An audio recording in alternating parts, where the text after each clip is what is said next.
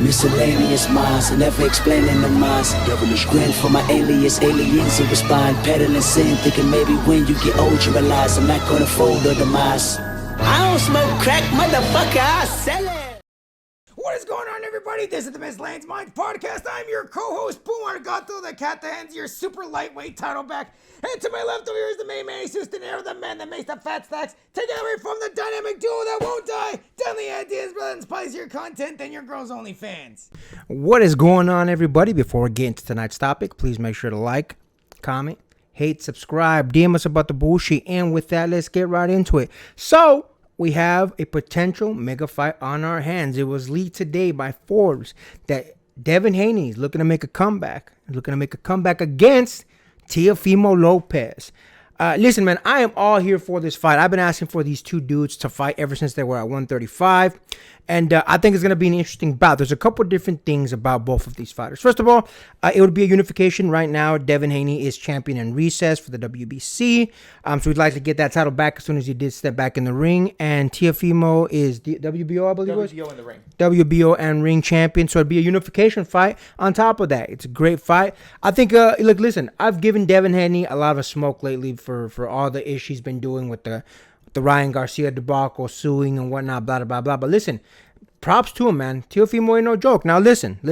Teofimo does make a few mistakes here and there because he always fights to the level of his competition. If he thinks his competition isn't that great, he fights to a lesser degree. When he thinks his competition is high, he fights great. I'll reference his fight against Lomachenko, where he did phenomenally against Lomachenko.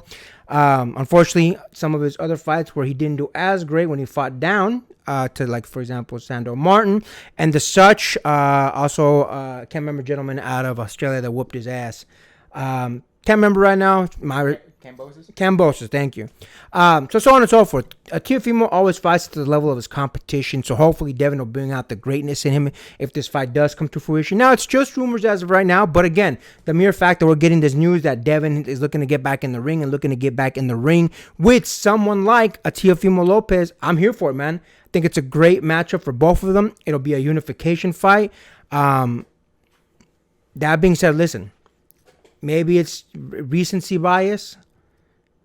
Devin didn't look good, so good last time he was out. I know. A lot of people are going to bring up PEDs, Ryan Garcia, blah, blah. I get it. What I'm saying is he didn't look good.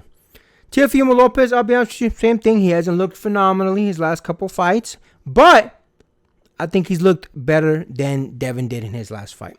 So with that being said, if it is in the future, I'm here for it. I want to see it. I think it'd be a great jump back into the ring. Maybe a little too early for Devin because him, jumping back in the deep end with the Teofimo Lopez might be a little bit too much. But listen, I am here for it. I think it's a great fight. We'd be unifying some of the titles at 140.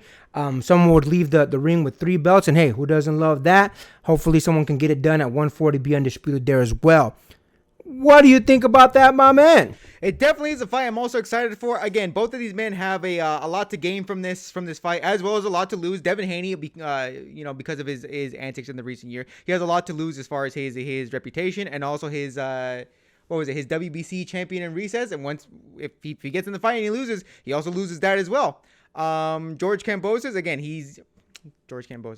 Teofimo Lopez, my apologies. I don't know where that come from. But Teofimo Lopez, again, he has 2 belts that he has under him right now, and there's a chance that he could absolutely lose that. But to be honest, for as much risk as there is great reward for both. Again, Devin Haney could look absolutely strong, shaking off that Ryan Garcia no contest and all the controversies that followed with it. If he goes up against Teofimo Lopez and actually takes to him, and not only takes WBO and the ring super lightweight with him, but he'll also probably most likely gain respect of the fans with that. Teofimo Lopez, again, he could add one more belt to his repertoire with the WBC super lightweight. And to be honest, I can see it going either way. Teofimo Lopez, for as much mistakes as he does, he actually has a lot of punching power. He actually is pretty fast with it. Devin Haney, absolute technical boxer. I was actually surprised to see that as far as their stats, in his fight resume, Devin Haney actually has 2 more KOs than Teofimo Lopez was, which I'm not gonna lie, I was a little surprised by that. Devin Haney, I believe he has in his fight repertoire, I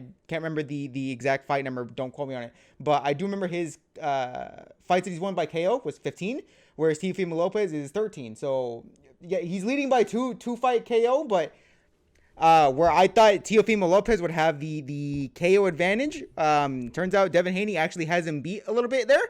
So I would still give a technical fight to Devin Haney. I would still give the power to Teofimo Lopez. Either way, it's going to be a phenomenal fight. I think both men stand to risk a lot from this fight, but the fact that they stand to risk a lot from this fight, but also have so much to gain, only elevates the prestige that this fight certainly has. For one, I'm absolutely here for this. Can't wait for this fight. Again, it's kind of rumored to be in the works right now, but again, if the rumor starts going around, hopefully this will add some fire to the potential match being made. I'm absolutely here for it. If Devin Haney wants to come back and he comes back like this, again, all the antics aside from this past year, if he comes back strong, I'm here for it as well. Yeah, you know what? I just took a look at both the fight records. You're right. 15 knockouts for Devin, 13 for Teal, which I'm a little surprised by myself. You're 100% correct. It's interesting because, Devin has had the nickname of pillow hands thrown at him because, he doesn't get a whole lot of knockouts. He usually goes the distance. And also the fair incident. Yeah, the fair incident. So, I'm a little surprised by that. But, hey, look, listen.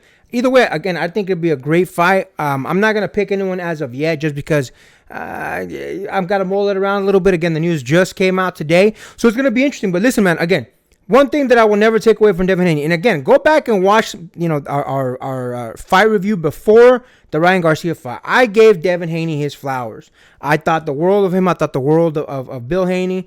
I wasn't pleased with the antics with the whole Ryan Garcia thing for a whole different set of reasons.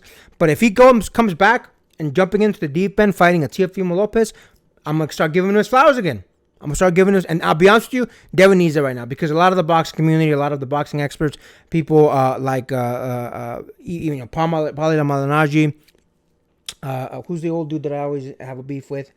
Teddy Atlas, number of different, Chris Algieri, all those guys, they were saying, hey man, that's not how you get your get back. You get in the ring and you whoop that ass. So if he comes back and he fights Teofimo Lopez, respect. I'm gonna watch it. Give the man his flowers if he does that. Again, it's just rumored right now, but we will definitely keep tuned because this one, I'm excited for this one. This will be a good fight, especially for two dudes that, again, everyone was asking for them to fight at 135. So let's see how it goes. Let's make sure we keep tuning. Let's see if we can find any updates, and I'm sure we'll keep you guys updated with everything that we find.